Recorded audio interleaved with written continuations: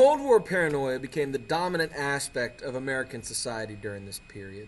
Between the encroachments of Stalin and the Soviets, the Korean War, China falling to Mao and the Communists, and the proliferation of nuclear weapons, particularly the Soviets getting them, there began to be a great sense in America that we were surrounded by all sides and our very existence was threatened at any moment.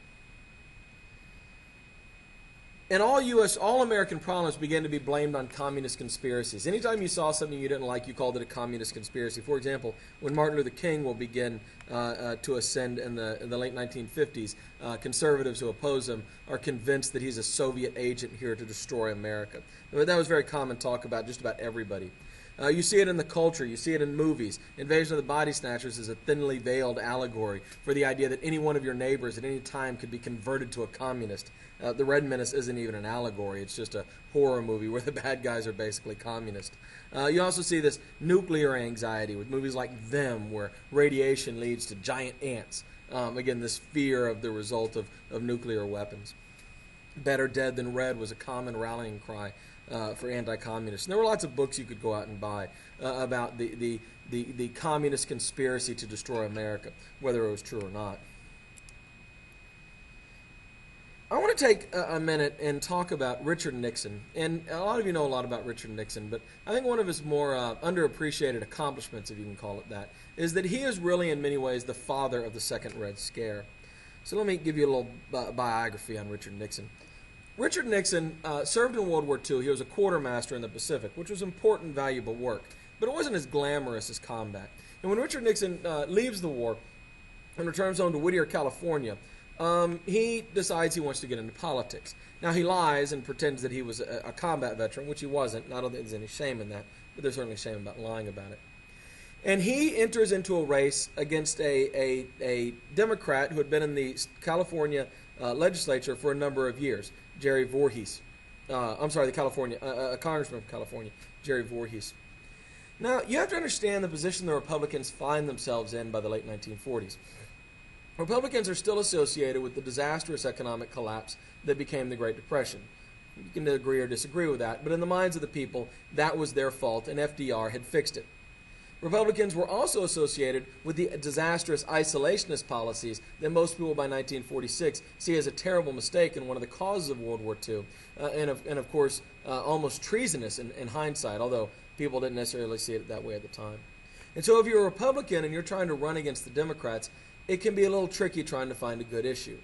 Your Republican policy had been largely discredited on both foreign affairs and economic affairs.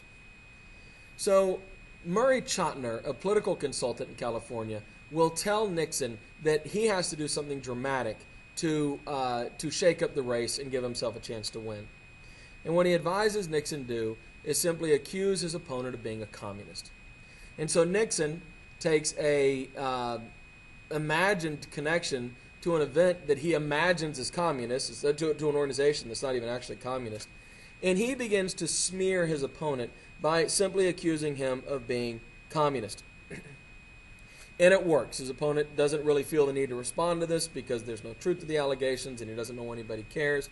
But what Voorhees has failed to understand is that the fear of communism has grown to the point that this is enough to cost him the election. Nixon will use this exact same trick again in 1950 when he runs for the Senate against a woman who he again lies and claims has associations with a communist organization that's not even actually a communist organization.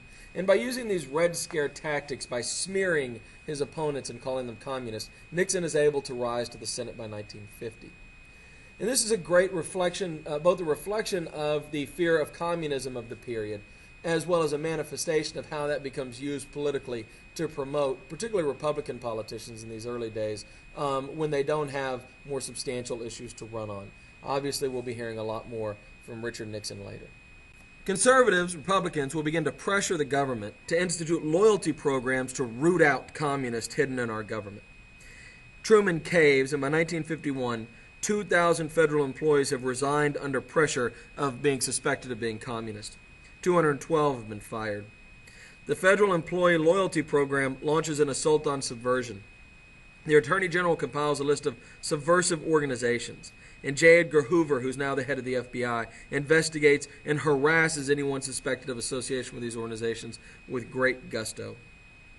It will be at this point that we begin pledging allegiance on a regular basis. Before, the pledge had largely been reserved only for immigrants when they became citizens. There was no other reason to say it for the most part otherwise. But by this point, it will be a loyalty pledge essentially to the United States to prove you're not a communist. Children will begin saying it daily in schools, and even at many workplaces, including many government workplaces, that you'll have to say it every day to show that you're not a communist. They also come up with the clever tactic of inserting the words "under God" in the Pledge of Allegiance, based on the mistaken belief that you can't be a communist and believe in God at the same time, and based on the even more ludicrous belief that somebody who doesn't believe in God would have a problem saying "under God," because if you don't believe in God, what are you scared of? And if you're some sort of spy, it makes no sense. But that's how the pledge becomes this kind of daily event, and that's also how the words "under God" end up in it. In 1950, the McCarran Internal Security Act requires that all, quote, subversive organizations register with the government and publish all their records. Truman vetoes this, saying that this violates the civil liberties of these groups, but Congress overrides the vetoes. It doesn't help that the Russian nuclear program is based on the work of a couple of American spies. The British scientist who ultimately gave the Russians the information they needed to build the bomb claims that he got the information from a group of Americans, the Rosenbergs. They were members of the Communist Party in the 1930s. Remember, in the 1930s, the communists had a bit of a period of acceptability here in America. Ethel Rosenberg's brother had been a machinist on the Manhattan Project and was sneaking information out and giving it to his sister, who gave it to her husband, who was giving it to Soviet agents. On April 5th of 1951, both Rosenbergs, including the wife, who's a woman, are sentenced to death and are killed on June 19, 1953.